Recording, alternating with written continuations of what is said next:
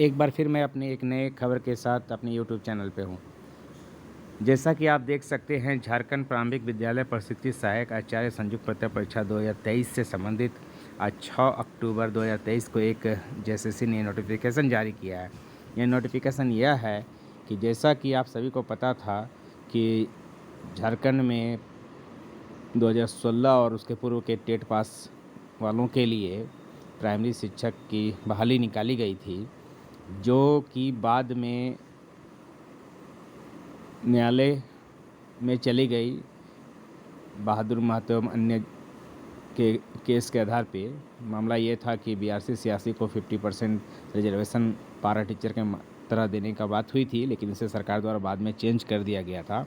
इसी को आधार बना के कोर्ट में इस विज्ञापन के विरुद्ध में केस दर्ज किया गया था, जिस पे सुनवाई होते हुए फैसला आया और फैसला में ये आया कि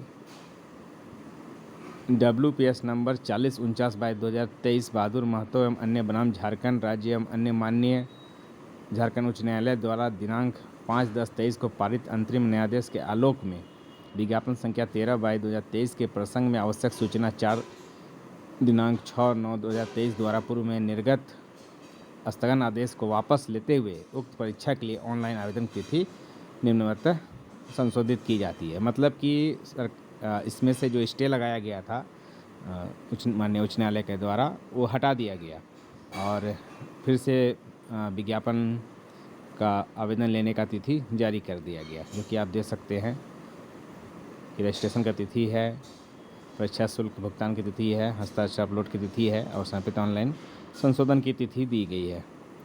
लेकिन इसमें उच्च न्यायालय ने एक लाइन अलग से जोड़ दिया कि जिन अभ्यर्थियों ने इनमें मतलब केस दायर किया था, उनका जो फैसला है वो जब तक के मामला न्यायालय में चलेगा और उसमें जो भी फैसला आएगा वह इस नियुक्ति को प्रभावित करेगी। मतलब अगर इस विज्ञापन पे बहाली हो जाती है पूर्ण रूप से और इस बीच में अगर उससे इस केस का फैसला आता है, तो वो इस विज्ञापन पे मतलब प्रभाव डालेगी।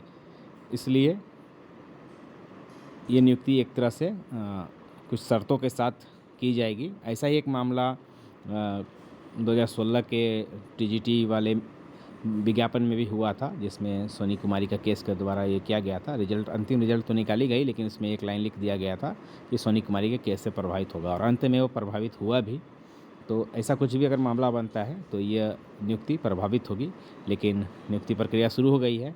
तो अब इसमें जो टेट पास हैं 13 और 16 वाले, वो अपनी तैयारी को आगे बढ़ाएं। हालांकि स्टे लगने से अन्य जो उम्मीदवार हैं जो अभी तक झारखंड में जेटेट का इंतज़ार कर रहे हैं, उनको भी एक आशा जगी थी कि हो सकता है सरकार एक जेटेट एग्ज़ाम ले लेगी और उसके बाद ही विज्ञापन को आगे बढ़ाएगी।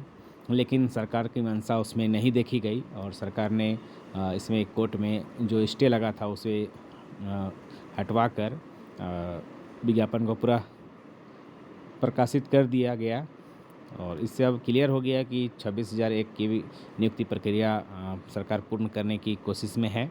अब उसके बाद क्या होगा 2023 में अगला विज्ञापन आएगा या 24 में आएगा, ये कहा नहीं जा सकता है। लेकिन अभी तो 2023 में जो विज्ञापन है ये 2016 और 13 वालों के लिए है।